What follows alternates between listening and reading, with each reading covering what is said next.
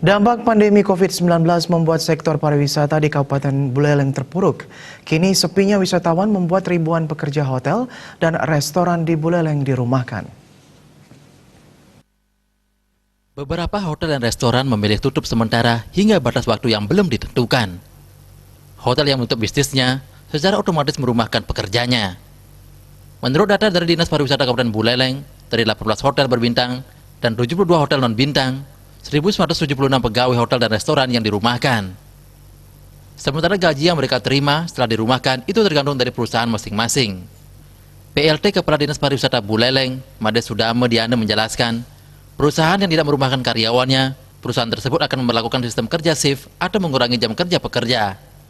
Karyawan yang dirumahkan total dari sektor perhotelan dan restoran itu mencapai kurang lebih 1.976 orang yang terdampak dari sebuah COVID-19 ini. Kemudian banyak yang memang tenaga kerjanya mereka dirumahkan.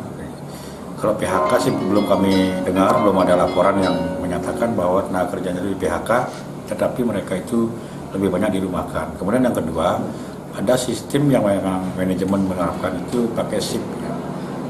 Tenaga kerja diatur shift pagi, kemudian pakai jam. Itu yang diupayakan untuk mengantisipasi langkah-langkah yang paling terkini diambil oleh manajemen pengelola hotel.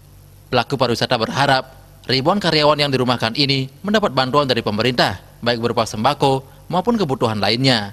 Sementara hotel maupun restoran diharapkan mendapatkan keringanan pajak dan retribusi dari pemerintah.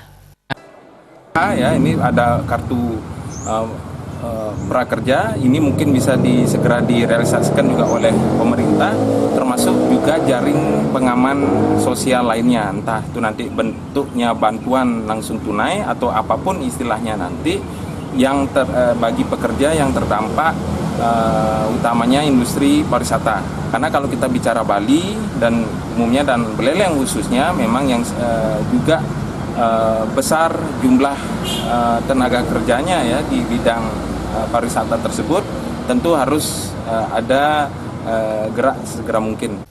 Kendati ada ribuan karyawan yang kini dirumahkan untuk sementara waktu, Dinas Pariwisata mengaku masih belum menerima laporan secara rinci tentang tenaga kerja yang di PHK.